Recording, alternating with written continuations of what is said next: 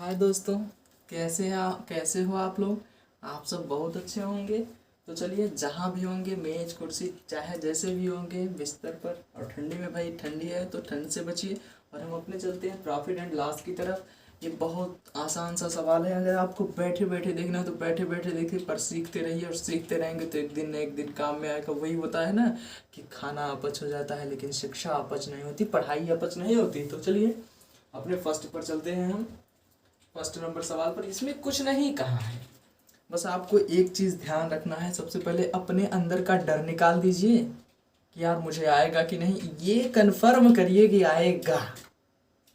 ये कंफर्म कर लीजिए कि आएगा, तब तो ये फिक्स है। कंडीशन दो ही होती हैं, जब एक बार या तो इस पार या तो उस पार। तो आप कर लीजिए कि उस पार, ठीक है। तो वो कंडीशन रखिए। तो चलिए, यहाँ पर फर्स्ट आपका क्या है। एक व्यक्ति ने अपने दो घोड़ों में से प्रत्येक को 10,870 में बेचकर एक पर सो। देखिए, एक व्यक्ति है, कोई भी व्यक्ति ले लेते हैं, ठीक है। शिवम ले लिए, विनीत कौशिक ले लिए, कुछ भी ले लिए नाम, चाहे जो भी ले लिए, ठीक।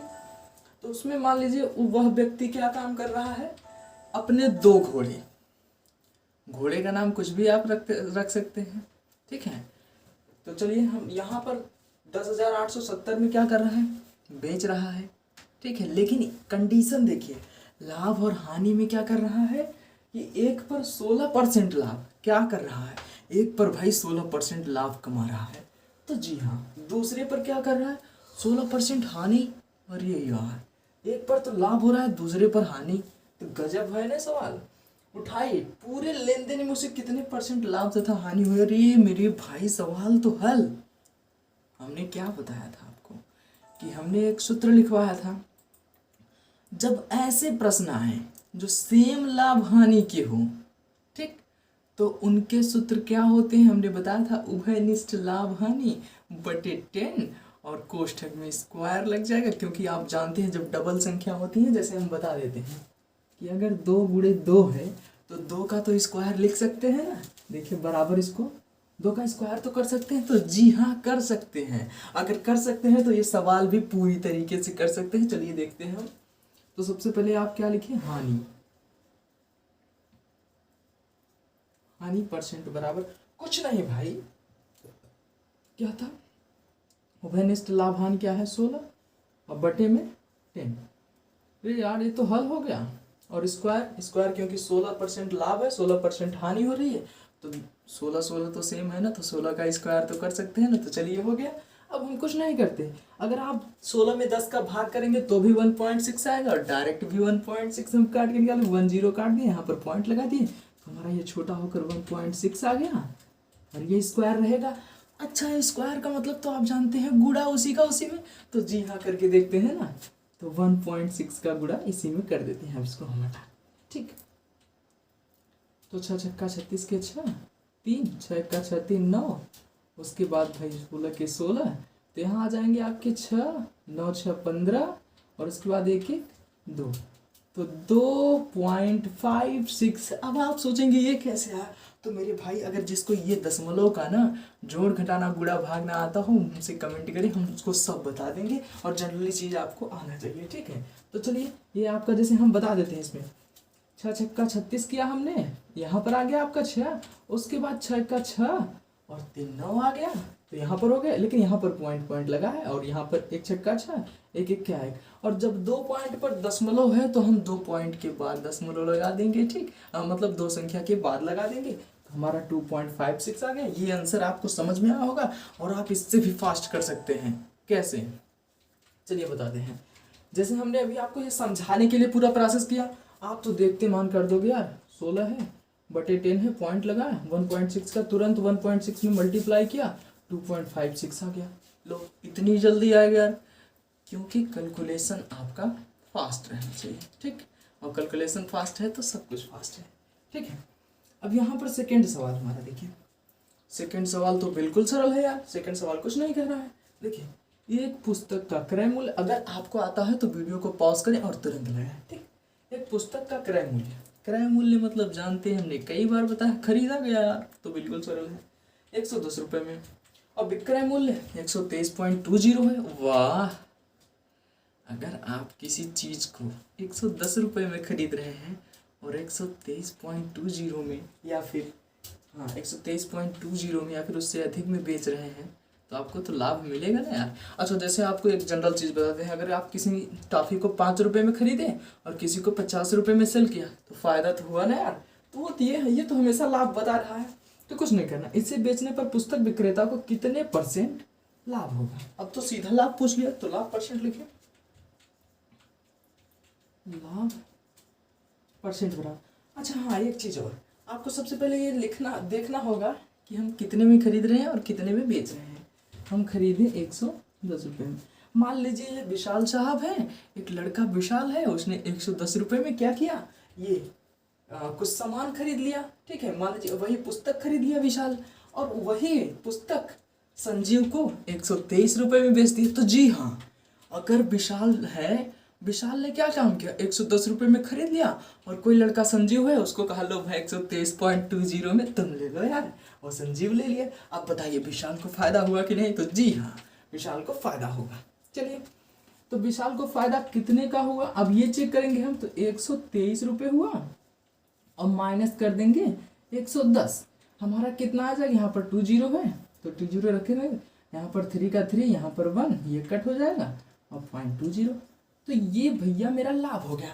अब हमने आपको एक चीज़ बताया था कि कोई भी सवाल लगाना हो और लाभ तथा हानि का बटे में क्रय मूल्य जरूर रहेगा, तो जरूर रहेगा वही सूत्र में है। और सूत्र अगर आपको न समझ में आए तो हमारे पीछे वाले वीडियो में जाएं और उसको अच्छे तरीके से देखें, आपको सूत्र पूरा का पूरा एक बार में याद हो जाएगा। ठीक है, तो हम लिखते हैं भाई, सूत्र हमारा यही था कि लाभ, तो लाभ हमारा क्या था 13.20 है।